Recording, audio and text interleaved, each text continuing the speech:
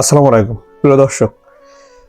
শিক্ষা খাতকে পরিবর্তন করতে হলে আগে শিক্ষকদের পরিবর্তন করতে হবে। এই বিষয়টাকে খুব গুরুত্ব সহকারে বা খুব পরোক্ষভাবে নিরীক্ষা করেছেন ডক্টর আনম এহসানুল হক। আপনারা জানেন এই আনম এহসানুল হক কে? এই আনম এহসানুল হক ইনি বর্তমান বাংলাদেশের শিক্ষামন্ত্রী দায়িত্ব পেয়েছেন। ওনার প্রতি আমি খুবই খুশি, কারণ উনি সজ্জন ব্যক্তি, খুবই ভালো মানুষ এবং শিক্ষা খাতকে উনি খুব গুরুত্ব সহকারে দেখেন এবং বোঝেন। সব থেকে বিষয়টা হলো এই, উনি শিক্ষামন্ত্রী হয়েছে মানে পড়তে হবে, এর বিকল্প আর কিছু নেই। দেখবেন শিক্ষা ক্ষেত্রে কারিকুলাম সবকিছু চেঞ্জ করে ফেলাবে।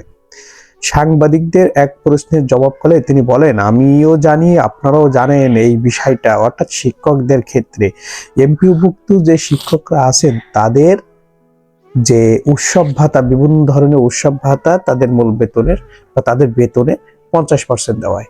এই ক্ষেত্রে উনি বলছেন এটা অবশ্যই আমরা জানি এবং এটা নিয়ে কাজ করছি অলরেডি। অবশ্যই তাদেরকে আগামীতে 50%-এর বদলে তাদেরকে 100% উৎসব ভাতা দেওয়া হবে। এটা শুনে আসলে শিক্ষক কর্মচারী যারা আছেন, তারা শিক্ষা খাতের সাথে যারা জড়িত আছেন, তারা অবশ্যই উৎসাহিত হবেন এবং তারা বিষয়টাকে খুব আনন্দের সহিত নিয়েছেন। এবং শিক্ষকদের যে বেতন, তাদের জীবনযাত্রা, তাদের এই মানের পরিবর্তন যদি না হয়, একজন শিক্ষক ঢুকে বেতন পায় 13,000 টাকা। আপনারা চিন্তা করতে পারেন 13,000 টাকা আসলে একজন শিক্ষককে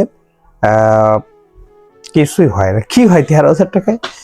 সেক্ষেত্রে যদি তার বেতনটা আর একটু বাড়িয়ে দেওয়া হয়, এমপিভুক্ত যে সকল শিক্ষক আছেন তাদের বেতন বাড়িয়ে উৎসব ভাতা বা বিভিন্ন ভাতা যেগুলো আছে সেগুলো সরকারি চাকরিজীবীদের ক্ষেত্রেও ওটাও যদি করা হয় সেটা ভালো। কারণ শিক্ষা ক্ষেত্রে আপনাকে ভালো করতে হবে। কারণ হলো একটাই, আপনি এই জাতিকে গড়বেন শিক্ষা খাতকে বাদ রেখে, এটা আসলে কোনো জাতি কখনো হয় না, হতেও পারে না। অতএব আপনাকে জাতি গড়তে হলে প্রথমে শিক্ষা খাতকে, শিক্ষকদেরকে তাদের মর্যাদার, তাদের সম্মানের, তাদের যে সুবিধা অসুবিধাগুলো আছে এগুলো একান্ত আপনভাবে দেখতে হবে। আর সেই কাজটাই কিন্তু করছেন ডক্টর আনম এহসানুল হক মিলন। ইনি অত্যন্ত গুণী একজন মানুষ, আমি বলবো। উনি সব সময়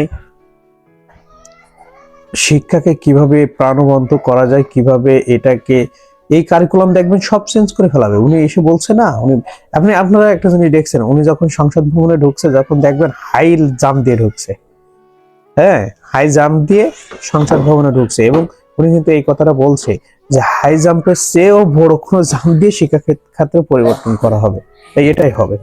তো প্রিয় দর্শক, ভালো থাকবেন। শিক্ষা খাতের আরো ত্রুটি বিচ্যুতি বা যেগুলো আছে সেগুলো ওনার কাছে যদি জানানো হয়, আমার বিশ্বাস যে উনি এই বিষয়গুলো যত্ন সহকারে দেখবেন এবং তা সমাধানের চেষ্টা উনি করবেন। তো প্রিয় দর্শক, ভালো থাকবেন। আসসালামু আলাইকুম। তো বাই বাই দাও। Bye bye. আমি ফারহান বাবু বলো। আমি ফারহান বাবু। হ্যাঁ, আপনারা ভালো থাকবেন। ভালো থাকবেন। ভালো থাকবেন। সত্য সত্য সংবাদ সংবাদ পেতে চ্যানেলটি সাবস্ক্রাইব করবেন প্লিজ। প্লিজ সাবস্ক্রাইব করবেন please. Bye bye. Bye bye.